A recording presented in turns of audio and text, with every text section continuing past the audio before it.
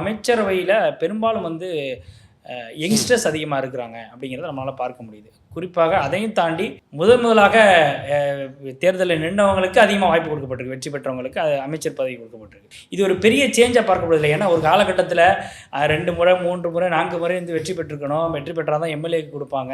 அதுவும் வந்து என்ன ரொம்ப சீனியர் பர்சன்ஸ்க்கு தான் அதிகமாக கொடுக்கக்கூடிய ஒரு சூழலும் இருந்துச்சு. இந்த 2 கட்சிகளுமே அதை தான் பண்ணிக்கிட்டு இருந்தாங்க. இப்போ அந்த ட்ரெண்ட் வந்து இன்றைக்கி சுக்குநூறாக உடைச்சிருக்கிறாருன்னு இப்போதைக்கு உடைச்சிருக்காங்க. இது வரவேற்கத்தக்கது.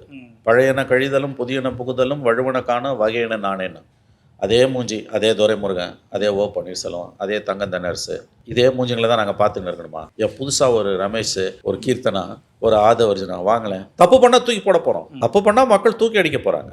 அதில் எந்த விதமான சந்தேகமும் கிடையாது. வயதின் அதாவது 50 வருஷமாக ஒருத்தர் எம்எல்ஏ வாங்க ஒரு கட்சியில். அந்த கட்சியில் இருக்க யங்ஸ்டர் கூட அங்கே இடம் இல்லைங்க. அதுக்கு பிறகு எம்பி அவர் மகன் தான் வராரு. நல்லா ஞாபகம் வச்சுக்கோங்க. இதை புரிஞ்சுக்கோங்க. திமுகவும் அண்ணா திமுகவும் இதை புரிஞ்சுக்கணும். திரும்ப திரும்ப நீங்களே தான் வந்துகிட்டு இருக்கீங்க. இந்த உலகம் எங்கேயோ போயிட்டு இருக்குது.